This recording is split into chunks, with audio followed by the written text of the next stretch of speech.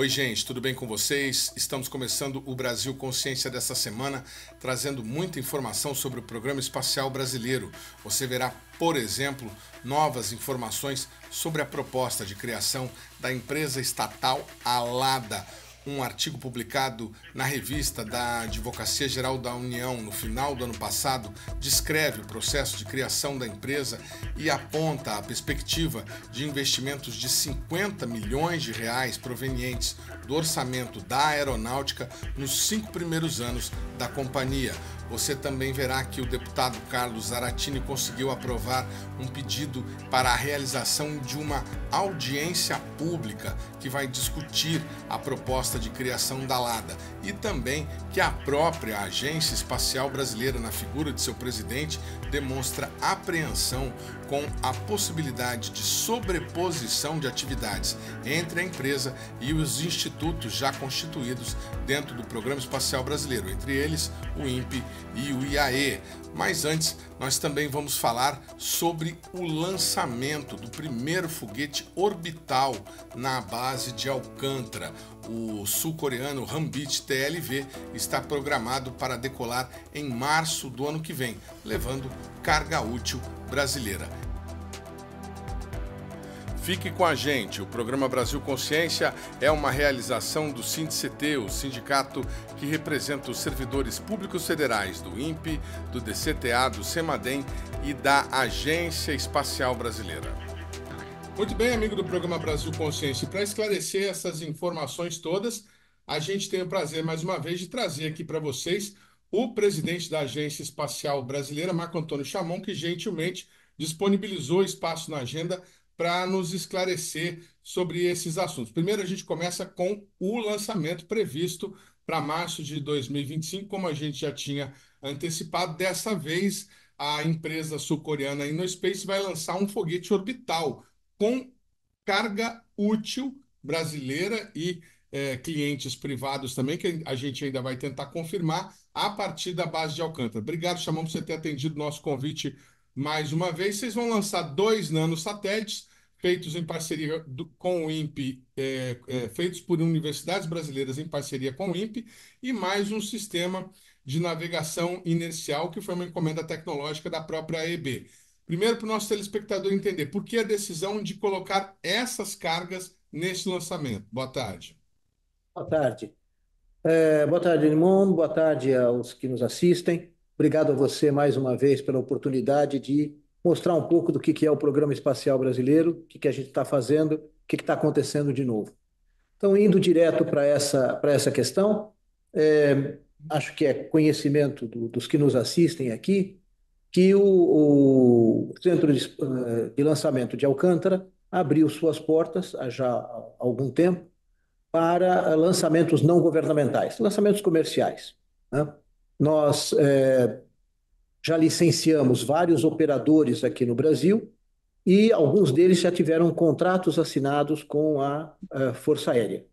E, em particular, um deles, uma empresa sul-coreana, a InnoSpace, avançou bastante na utilização desse contrato e já fez um primeiro lançamento de teste no começo do ano passado, em março do ano passado.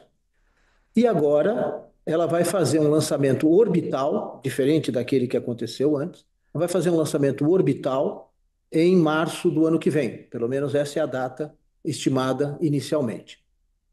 O que significa um lançamento orbital? Significa que nós vamos colocar um satélite em órbita da Terra.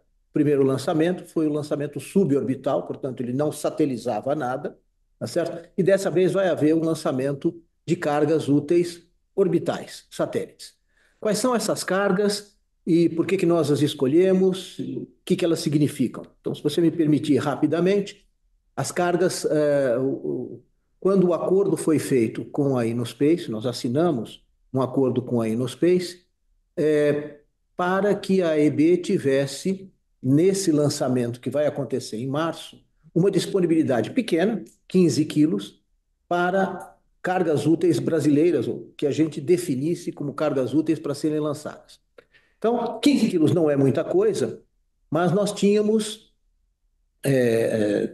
com previsão para término no final deste ano início do ano que vem, que é aquilo que é razoável para ser lançado em março, nós tínhamos algumas cargas úteis já em desenvolvimento no Brasil.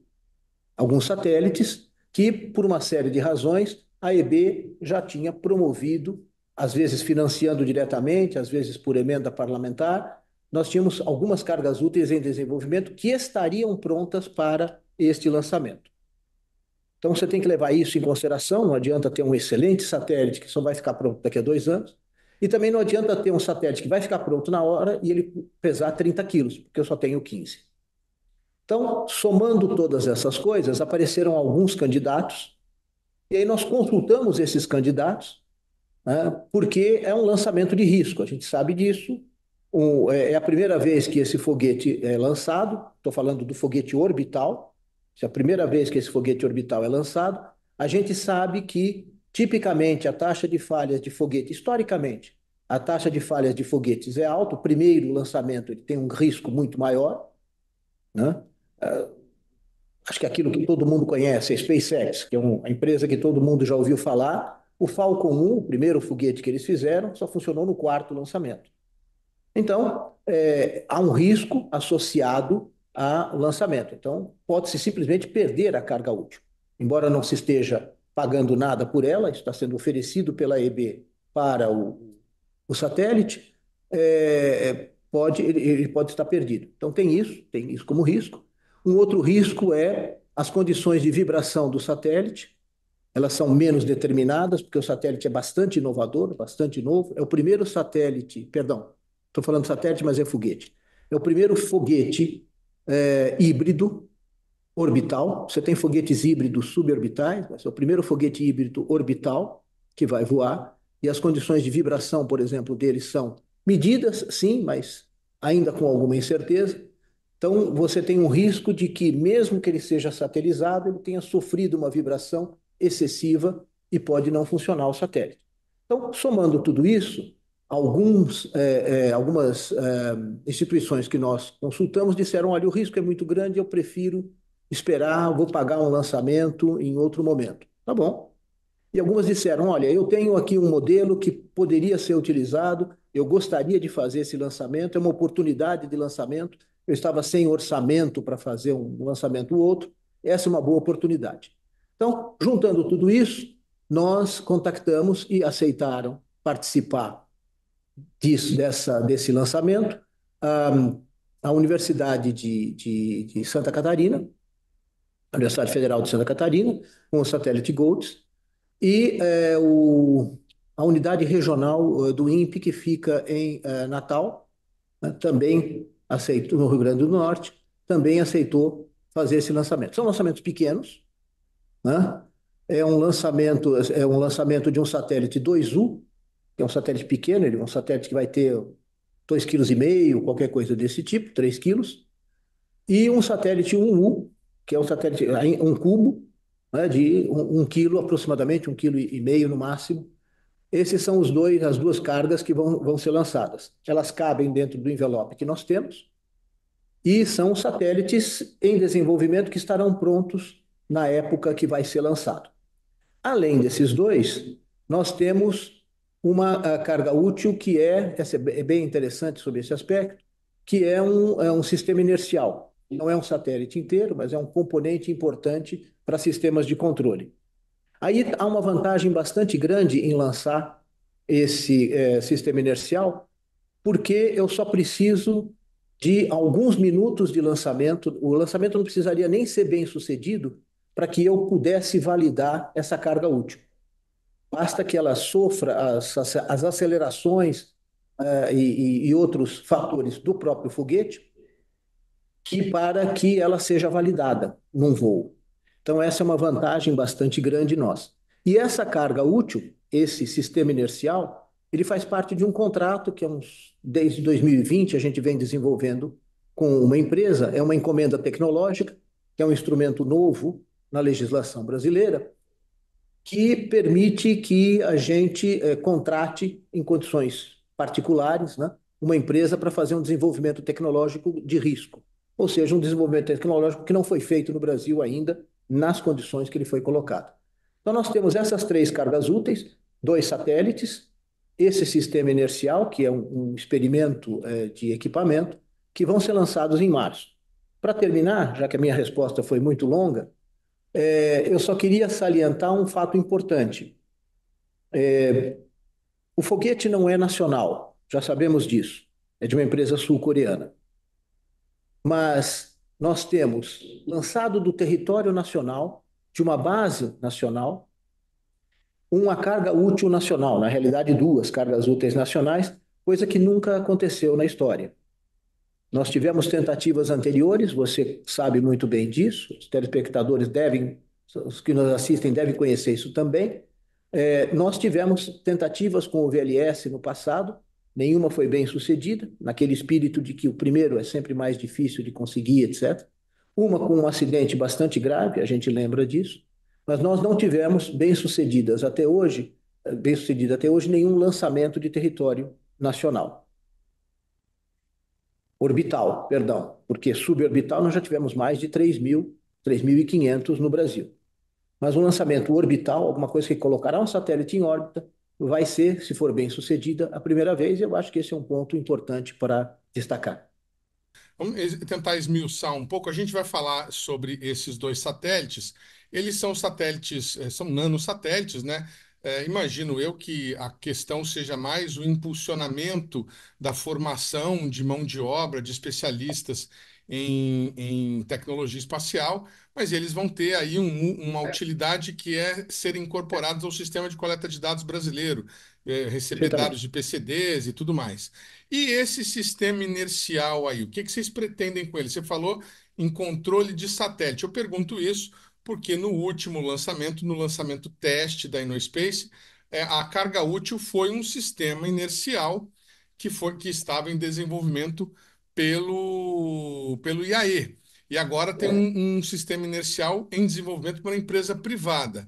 E acrescento essa pergunta que na carga útil particular do voo, também deve ter um outro sistema inercial desenvolvido pela empresa Castro Leite, que é o responsável pelo sistema inercial, aquele que foi lançado do IAE. Quer dizer, o Castro Leite trabalhava no IAE, desenvolveu aquele sistema inercial que era, a princípio, lá para o VLS, VLM, foi lançado em teste e agora, na empresa privada dele, vai fazer o lançamento de outro sistema. Por que que nós temos tantas iniciativas ao mesmo tempo de sistemas inerciais sendo testadas? Primeiro, a ideia de sistema inercial em si, ela é importante porque o domínio de sistemas inerciais é um domínio difícil no mundo e é um domínio, muitas vezes, dependendo da precisão que você tem, embargado. Então, o domínio tecnológico de sistemas inerciais em geral é um domínio tecnológico importante. Esse é o primeiro ponto. Por que que nós temos esses vários? Então, a primeira coisa que tem que distinguir é entre os sistemas inerciais que são utilizados em foguetes e aqueles que são utilizados em satélites. Eles têm características diferentes, eles têm tempos de resposta diferentes. Um voo de um satélite, um voo de um foguete para colocar um satélite em órbita baixa, órbita LEO, é um voo de 20 minutos, tipicamente. Um satélite, quando ele fica em órbita alguns anos. Então, as características que você precisa de controle são diferentes. Então, os sistemas inerciais que você desenvolve para um e para outro têm características diferentes. Então, só isso já separa o sistema que foi lançado no ano passado, o Cisnave, né, dos sistemas que estão sendo lançados agora, que são para satélites. O Cisnave é para sistemas de foguetes. Por que que tem mais de um sistema inercial para satélites? Né? Essa é uma segunda pergunta, porque você tem voando duas empresas com sistemas inerciais para satélites. Por que que tem dois? Né? E por que que a Agência Espacial Brasileira, quando fez a encomenda tecnológica para sistemas inerciais, contratou dois sistemas inerciais e não um só? Então, é preciso verificar, essa é uma pergunta importante, é preciso verificar características da necessidade do objeto. Né? Um sistema inercial, tem um desenvolvimento precário ainda, não é que não tem nenhum desenvolvimento, seria errado dizer, ele tem um desenvolvimento ainda não concluído, vamos colocar assim, no Brasil. Sistemas inerciais são necessários em satélites e são em foguetes também, e são de difícil aquisição e são de difícil desenvolvimento. Quando a Agência Espacial fez a encomenda tecnológica, ela tem essa característica, é possível contratar mais de um projeto, desde que o projeto seja considerado qualificado para aquilo. Isso é a critério da agência e da comissão que trabalhou nesse assunto. Então, o que nós fizemos, quando nós fizemos essa escolha de encomendas tecnológicas, foi promover mais de uma tecnologia. As duas tecnologias que existem na encomenda tecnológica, as duas não estão voando, apenas uma está voando. Castro Neves é um desenvolvimento privado, é um desenvolvimento que não foi financiado pela agência, mas que é um desenvolvimento feito na indústria. A indústria tem interesse em voar, né? Porque quer se capacitar para isso, quer ter um produto para vender, etc. Mas nós, quando desenvolvemos a encomenda tecnológica, nós desenvolvemos duas delas com tecnologias diferentes. Por quê? Porque são duas rotas distintas, obtendo componentes distintos, mas com características que são úteis para satélite. Qual delas vai funcionar melhor? Eu não sei. Essa é a ideia da encomenda tecnológica. Eu terei duas tecnologias desenvolvidas e eu posso escolher, dependendo da aplicação que eu quiser, qual é aquela que é mais adequada. Em alguns casos eu quero a mais precisa, em alguns casos eu quero a mais leve, em alguns casos eu quero aquela que consome menos, em alguns casos eu quero aquela que tem um maior tempo de duração.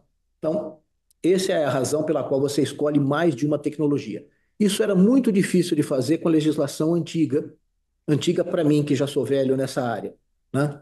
Mas é possível desde 2004, ou seja, nós já temos 20 anos, né, da primeira lei de inovação, agora nós tivemos uma segunda mais recente, desde a primeira lei de inovação, essa possibilidade de você contratar mais de uma vez o mesmo objeto, um objeto similar, ela apareceu. E a vantagem disso daí é que quando existe um risco tecnológico, quando o objeto é incerto, quando a tecnologia é nova e tem que ser desenvolvida, você escolher rotas diferentes. Essa é a razão pela qual a agência investiu em duas empresas para terminar. Uma delas está suficientemente madura para voar em março do ano que vem. O programa Brasil Consciência vai para um rápido intervalo e, na sequência, a gente volta com informações sobre os custos do lançamento da InnoSpace no Maranhão e as informações sobre a posição da agência quanto à criação da Alada. É o instante, só não saia daí.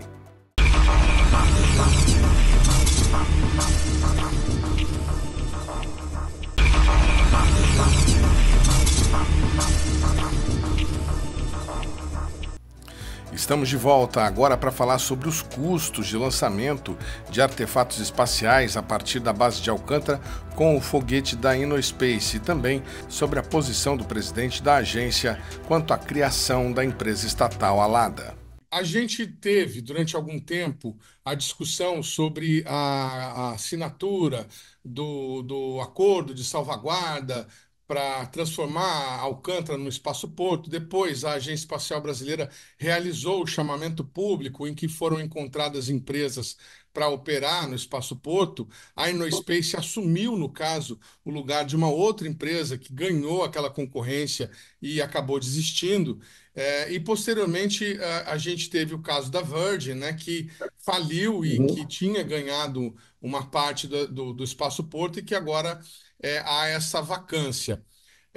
Mas naquela época, diante daquela negociação, foi vendida a ideia de que o Espaço Porto teria uma rentabilidade para o estado do Maranhão, para o Brasil e tudo mais. Mas o que a gente tem hoje, nesse momento, é que a Agência Espacial Brasileira está contratando a InnoSpace para fazer esse lançamento ao custo de US$ 33.000 por quilo, que vai dar 490 e poucos mil dólares, 2,5 milhões na cotação atual, mais ou menos. Isso está de acordo com aquilo que a gente recebeu de informação? Quer dizer, o Brasil está investindo na qualificação do foguete sul-coreano e o que os sul-coreanos estão investindo no Brasil, no espaço Porto de Alcântara, nesse momento? Bom, vamos separar um pouquinho as questões. Primeiro, o chamamento é para a empresa, ela tem um contrato com a Força Aérea para utilizar a base. Essa é uma coisa, né? Então, existe o contrato da empresa com a Força Aérea para utilização da base e esse contrato tem um custo, e o custo é para a empresa. A empresa paga diretamente em dinheiro ou através de melhorias que ela faz na própria base, tá? O próprio desenvolvimento do PED, do ponto de lançamento, é ela que está conduzindo, fora algumas outras melhorias que ela está fazendo. Então, existe dentro desse contrato uma remuneração para a base de Alcântara. É preciso lembrar que a base de Alcântara, como ela é gerenciada hoje pela Força Aérea, ela não pode ter lucro. O Estado não pode ter lucro. Você pode ter a remuneração dos seus custos. Essa é a lei. Então, o que está acontecendo é uma avaliação dos custos daquela utilização daquela área. Esses custos são reembolsados na forma de pagamento, direto ou indireto, pela empresa. Isso é o que existe até hoje. Quando existir uma empresa, que é a Alada, aí ela poderá ter lucro e poderá comercializar essas coisas, esse espaço da base aérea. Então, essa é uma coisa. Agora, imagine a seguinte situação.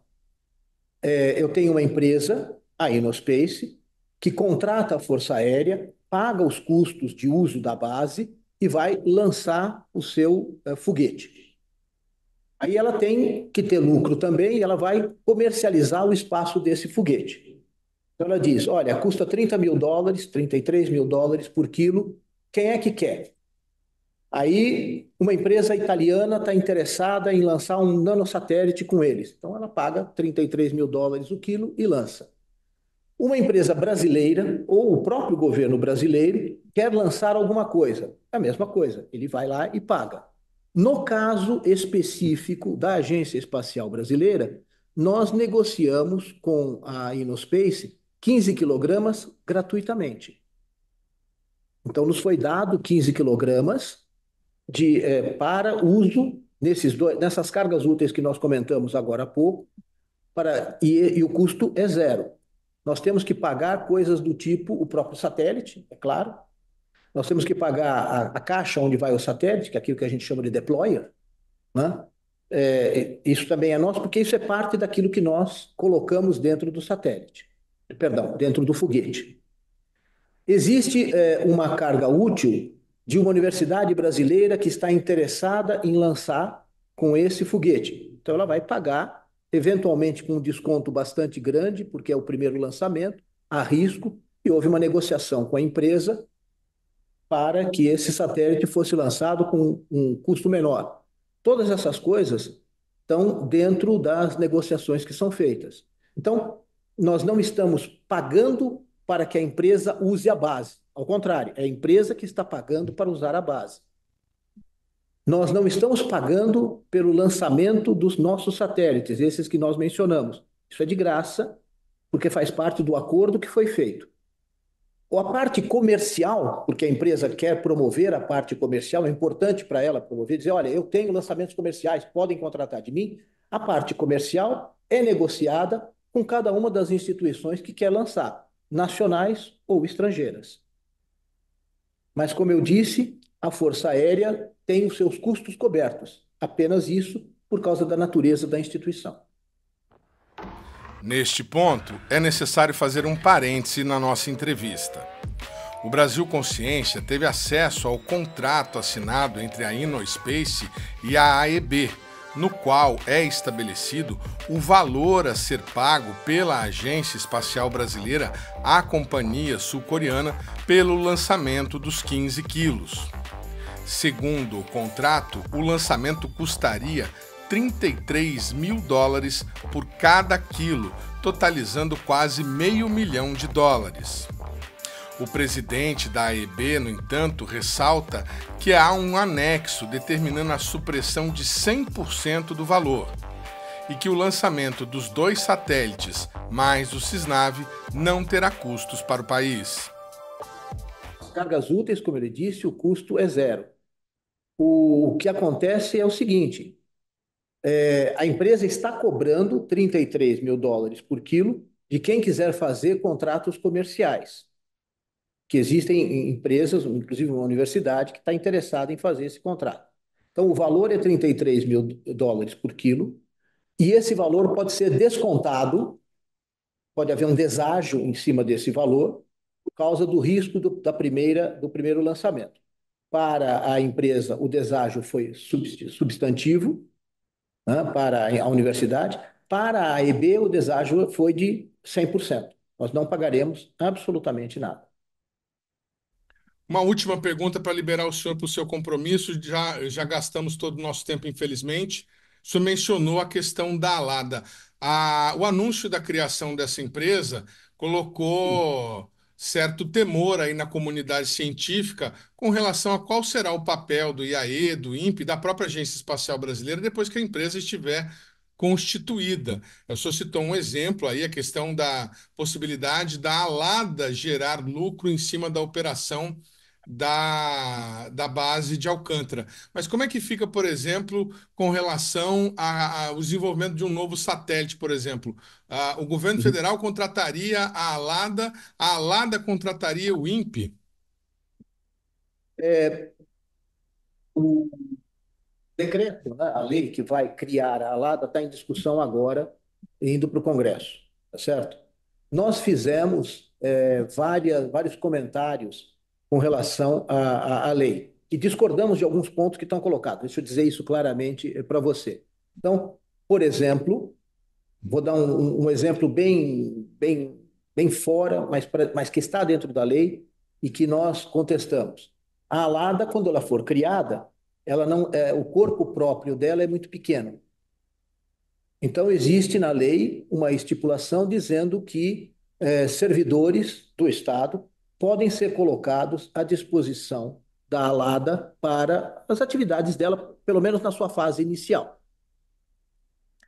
E nós nos colocamos contrariamente a esse dispositivo, pelo menos na parte de servidores civis, né, dizendo o seguinte: olha, essa é uma porta aberta para que você possa eventualmente esvaziar outras instituições que já têm pouca gente e que poderiam colocar para a Lada, porque não havia nenhuma restrição nessa cláusula de tempo nem de pessoas. Então, teoricamente, a Lada poderia esvaziar a Agência Espacial Brasileira e esvaziar o INPE. Só para dar um exemplo bobo, né? Então, existem cláusulas contra as quais nós nos insurgimos. Outras cláusulas contra as quais nós nos insurgimos, agora talvez mais pertinentes à sua pergunta, é a questão de superposição eventual de responsabilidades. Quem faz o quê? Existe uma lei que cria o INPE, existe uma lei que cria a Agência Espacial Brasileira com as suas atribuições.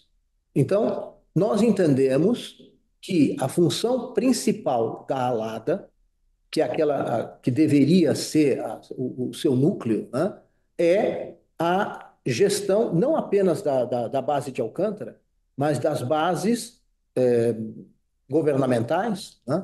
Existe o CLBI também, para as bases governamentais que estão colocadas aqui no Brasil. Então, essa é a função principal da ALADA e é a função a qual ela deveria se restringir. Outras coisas que ela deveria fazer, não restringir, mas deveria ser a função principal. Outras coisas que a ALADA deveria fazer é a manutenção desses centros, né? Então, tem que trocar o radar, tem que fazer manutenção da pista do aeroporto e coisas desse tipo. Isso deveria ser responsabilidade de quem faz a gestão da base. Outra coisa, existe na lei, e você está certo, dispositivos indicando desenvolvimento científico e tecnológico por parte da ALADA. Eu acredito que aí nós estamos fugindo um pouco da proposta original da ALADA, que foi objeto, inclusive, de um grupo de trabalho lá atrás, nos anos 2018, 2019, coisas desse tipo, indicando quais seriam as atribuições da ALADA. E a atribuição principal da ALADA é a gestão dos complexos dos spaceports, dos espaçoportos que existem no Brasil. O desenvolvimento tecnológico, pesquisa e outras coisas deveriam estar a cargo das instituições que têm atribuição para isso hoje. Então, nós nos manifestamos digamos, uma certa apreensão, a IB colocou isso no papel, uma certa apreensão à superposição de responsabilidades e atribuições. Isso agora vai para discussão, inclusive já existem pedidos de audiência pública, eu já cheguei a ser convidado para participar de uma dessas audiências públicas e o processo de construção de uma lei vai continuar normalmente. Então, existem apreensões? Sim, existem, como sempre existe em qualquer lei que aparece, e nós vamos discuti-las no plenário da Câmara, como se faz com qualquer outra lei.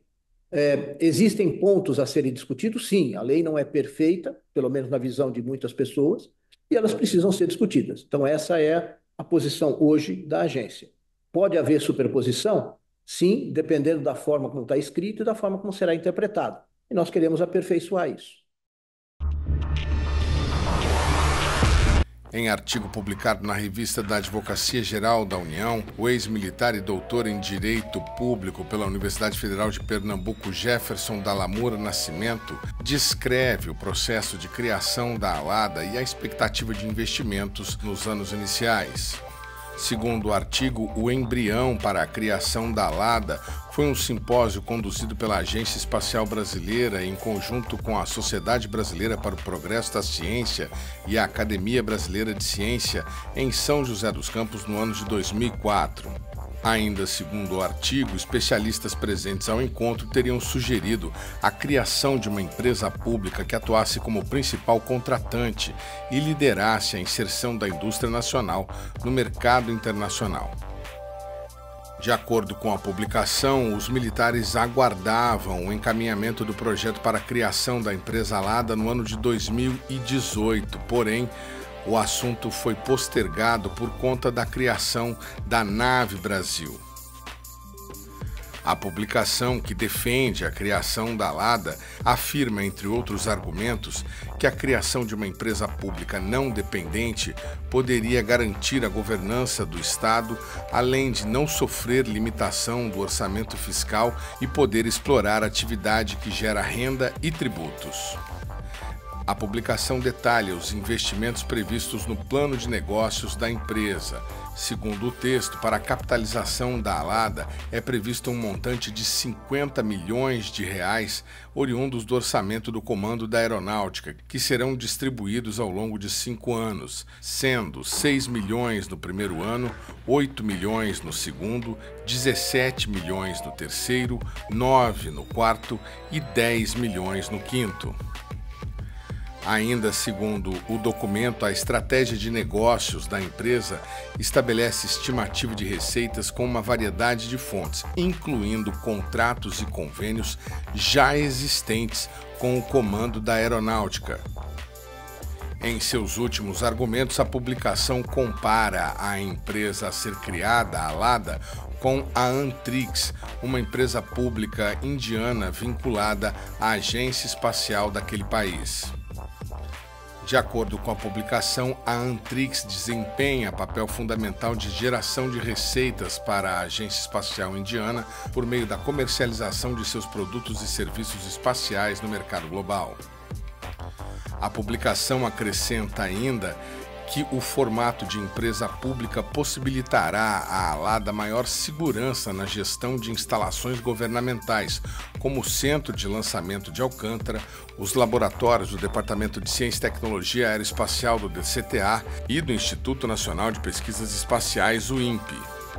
Em outra publicação recente, o jornal O Estado de São Paulo informou que um relatório interministerial produzido para justificar a criação da empresa cita a possibilidade de atração de negócios com a SpaceX, companhia do milionário Elon Musk, que recentemente se envolveu em polêmicas com o Supremo Tribunal Federal, o ministro Alexandre de Moraes e o presidente Lula. A atração da empresa norte-americana, porém, não parece plausível, uma vez que ela não se interessou pelo edital de chamamento de empresas interessadas em explorar o espaço-porto de Alcântara quando ele foi aberto pela primeira vez. Além disso, diversas publicações norte-americanas citam a posição do governo em não realizar lançamentos fora do território norte-americano depois do incidente de 15 de fevereiro de 96, considerado por alguns como o maior acidente espacial de todos os tempos. Quando o lançamento de um foguete chinês encomendado pelos Estados Unidos falhou, matando oficialmente 57 pessoas. Segundo fontes nos Estados Unidos, porém, uma vila inteira teria sido dizimada e o número de vítimas poderia superar as 500 pessoas, o que elevaria o acidente à maior tragédia do programa espacial em todo o mundo. Muito bem, o programa Brasil Consciência vai para um rápido intervalo e na sequência você tem informações sobre o pedido de audiência pública que foi aprovado na Câmara dos Deputados. Um instante só, não sai daí.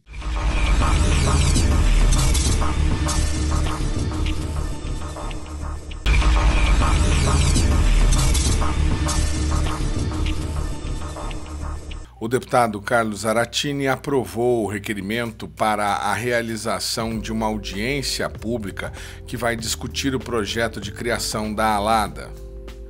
A aprovação aconteceu por unanimidade na Comissão de Relações Exteriores e Defesa. Presidente e senhores deputados, esse projeto de lei ele é bem oportuno. Ele visa reorganizar o setor aeroespacial brasileiro, dar uma nova dimensão para o setor aeroespacial, mas é importante que nós tenhamos conhecimento exatamente de como se pretende desenvolver esse programa.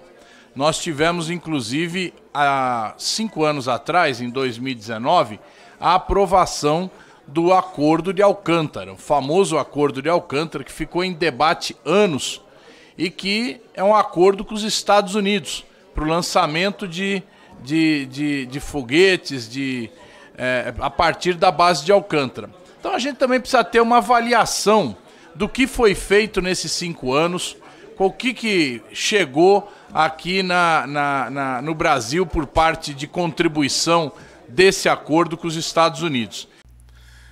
Segundo informações obtidas com a assessoria de imprensa da Câmara, ainda não há data definida para que a audiência aconteça.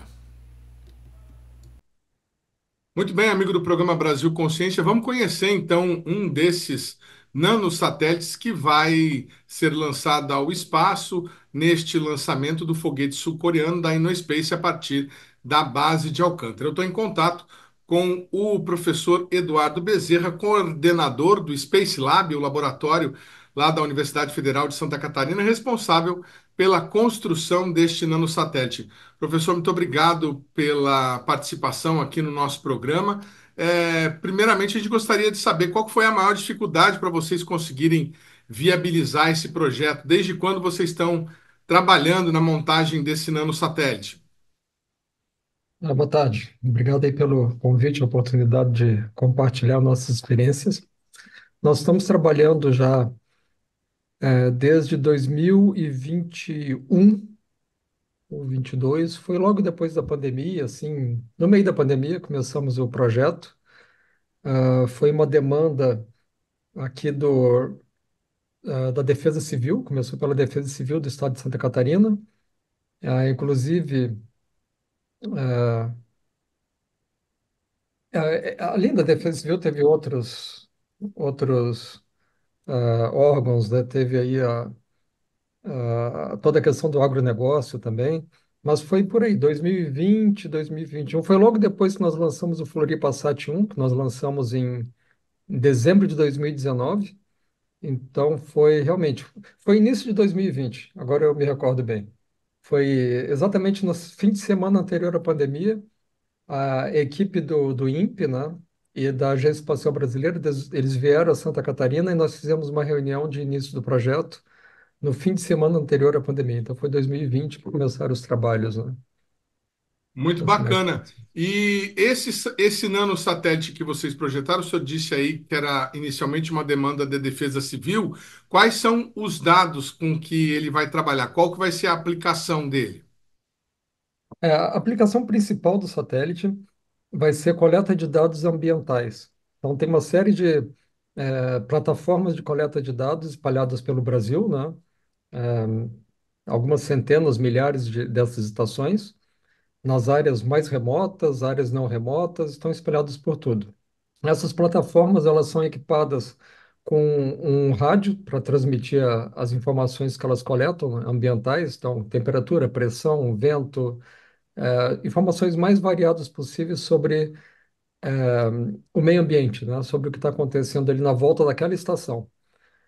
O, Em alguns lugares é possível enviar para uma rede de telefonia celular, mas essas plataformas já foram feitas de uma forma meio padronizada, falando um determinado protocolo.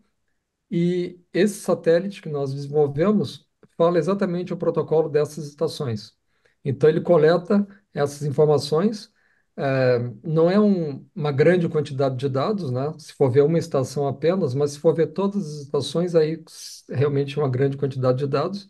E com todos esses dados, né, que nós recebemos no satélite, nós retransmitimos para a Terra, para as estações de controle da missão, de controle do satélite, e chegando nessas estações, esses dados vão direto para o Sistema Brasileiro de Coleta de Dados Ambientais, que é um sistema gerido pelo INPE, né? O INPE, São José dos Campos, Natal, Cuiabá, tem várias bases, mas caindo dentro do sistema esses dados, aí eles processam isso e a partir daí eles conseguem fornecer uma previsão do tempo mais precisa. Quanto mais dados, mais precisa a previsão do tempo, né? Então, esse é o nosso objetivo. Então, o objetivo é coletar esses dados, mas tem um objetivo também bastante importante, que é validar em órbita esse módulo de coleta de dados. Esse módulo nunca foi usado em nenhum satélite, né? Vai ser a primeira vez. Foi um módulo que fala esse protocolo que eu comentei, né? Ele foi desenvolvido para ser totalmente compatível com as plataformas e com os satélites brasileiros que estão em órbita hoje em dia. Então, tem aí o SCD, o Amazônia 1, eles têm um módulo semelhante a esse, que fala o mesmo protocolo, né? Mas são satélites grandes, então bem mais caros para desenvolvimento, para lançamento, né?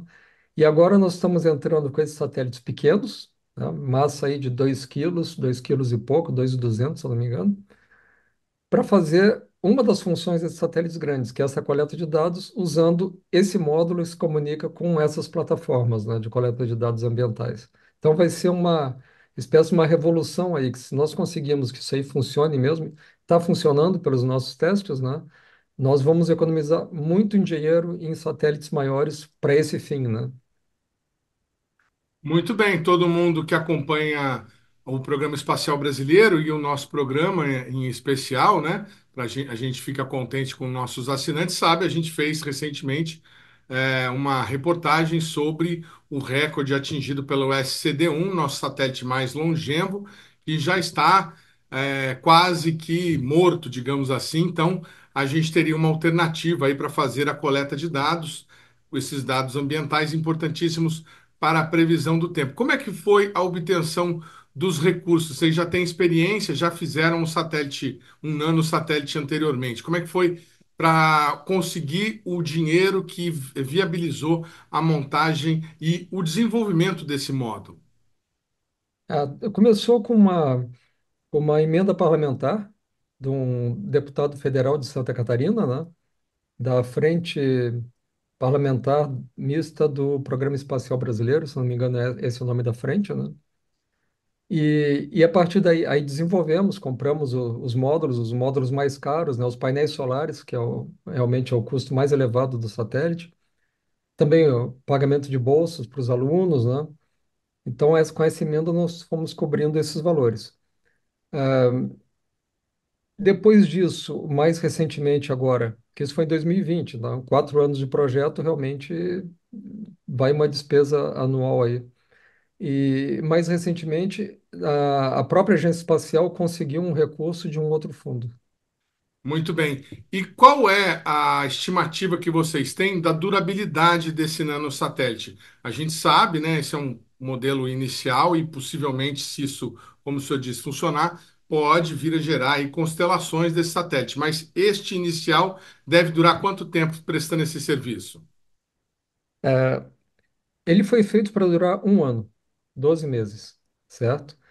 Mas o que que acontece, né? O SCD, né, já está aí em órbita há bastante tempo. Ele foi feito para durar bem menos do que a vida útil dele. Se não me engano, O SCD tinha uma previsão de também 12 meses, 24 meses, era alguma coisa assim. E já está aí há tantos anos, né? Claro, cada ano vai reduzindo aí a funcionalidade, vai degradando, né? O Floripa Sat 1, nós tínhamos uma previsão de um ano para ele também, né? Esse satélite agora, ele é uma evolução do Floripa Sat 1, nós chamamos ele internamente de Floripa Sat 2, inclusive, que é a mesma plataforma, é idêntico, ele só é o dobro do tamanho. O nome comercial de divulgação é Goldzufsk, né? Mas a plataforma utilizada lá é o Floripa Sat 2. Então, nós temos aí uma série de melhorias do ponto de vista de confiabilidade. Nós botamos agora mais escudos contra radiação. Então, tem uma série de melhorias mesmo para aumentar a confiabilidade do satélite. O Floribasat 1 durou 6 meses, era para ser um ano, 6 meses, já com uma degradado, né? Agora, esse novo, o Goldzufsk, então tem essa previsão de um ano também. Nós acreditamos que vai durar um ano, só que nós não temos controle sobre isso. Por quê? Nós não usamos componentes tolerantes à radiação. Nós sabemos que agora, exatamente agora, nós estamos passando por um pico de explosões solares, né? Então tem muita radiação chegando na Terra.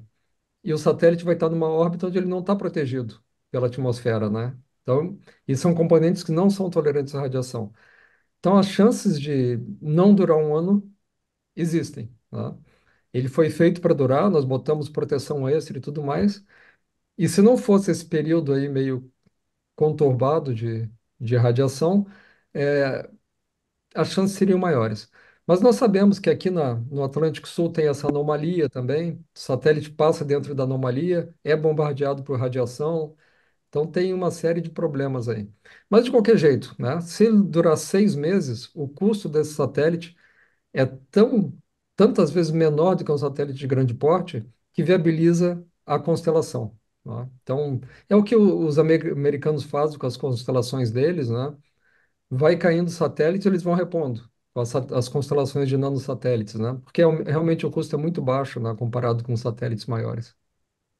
E como é que é a formação para quem não conhece? Que alunos são esses que compõem o Space Lab e que ajudaram no desenvolvimento desse projeto?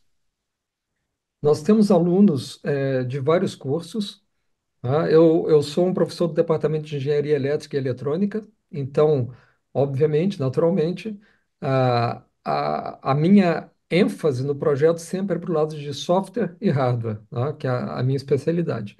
E telecomunicações também, né?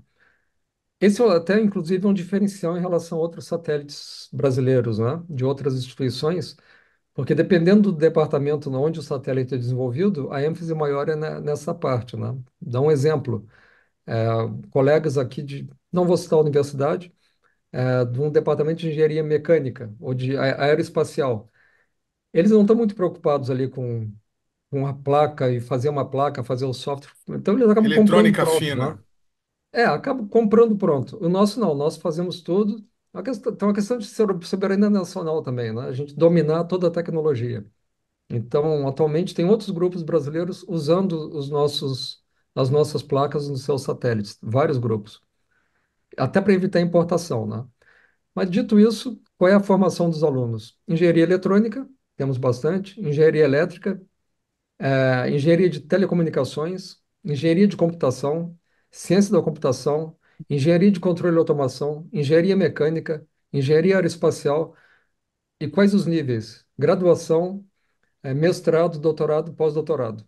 Então, temos aí, no nosso laboratório, pessoas de todos os níveis e de todos esses cursos, né? E de vários, até eu tenho um aluno, inclusive, da engenharia mecânica, até é interessante comentar. Ele é o nosso especialista ali em toda a parte da estrutura, ele que faz toda a integração, cabeamento, toda a parte mecânica. Recentemente, ele começou a migrar para software. Ele gostou tanto da parte de software, então é um engenheiro mecânico que migrou para software. E software ele aprendeu por conta própria e conversando com os colegas no laboratório, né? Então, realmente é multidisciplinar, né? Que bacana. Olha, professor, eu desejo sorte aí, sucesso no lançamento, tomara que dê tudo certo e que o Floripa Sat 2 ou o Golds possa realmente inaugurar esse marco aí de satélite de coleta de dados, nanosatélites, constelações no Brasil. Obrigado pela participação aqui no nosso programa, viu? Obrigado pela oportunidade.